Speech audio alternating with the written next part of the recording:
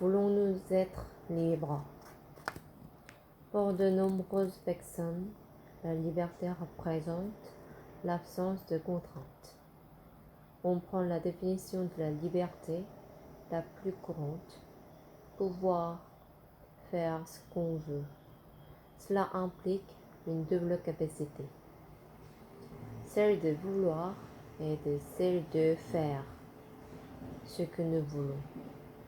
La liberté absolue, la liberté illimitée, la liberté arbitre, c'est le plus grand désir de l'homme.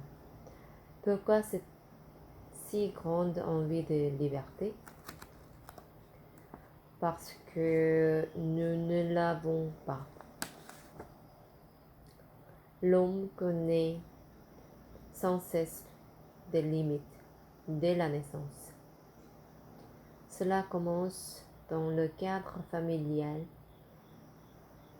mais aussi scolaire. Les petits reçoivent des ordres, ce que l'on doit faire ou ne pas faire. On est là pour obéir à telle ou telle règle.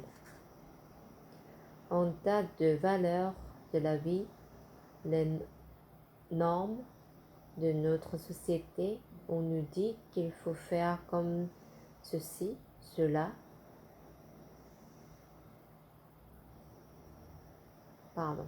Qu'il faut faire comme ceci ou comme cela. Mais malgré tout, cela est totalement compréhensible et plus que préférable. Sinon, il n'y aurait plus ni valeurs, ni normes, ni lois, ni règles.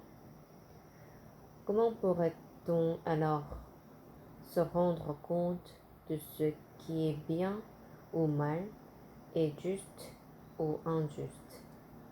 Par contre, pour les années passent, plus le besoin de liberté se fera sentir. Les petits enfants grandissent, deviennent des adolescents.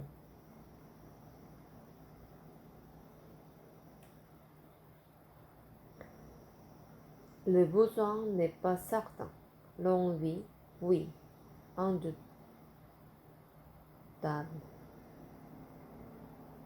Indubitable. Ils auront besoin d'être plus libres qu'auparavant. Il leur semble d'avoir plus de liberté puisque cela leur permet de se sentir plus exister pour vivre leur propre vie personnelle. Les parents leur donnent des limites pour leur sécurité contre les dangers de la vie sociale parce qu'ils vivent ensemble sous le même toit. Une fois que les enfants ont quitté la maison parentale, on entend souvent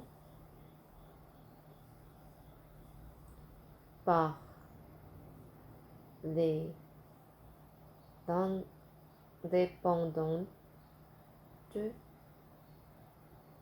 d'indépendance. En effet, qui pourrait alors les empêcher de faire ce qu'ils veulent? Il n'y a cependant pas que la famille qui représente un frein à la liberté.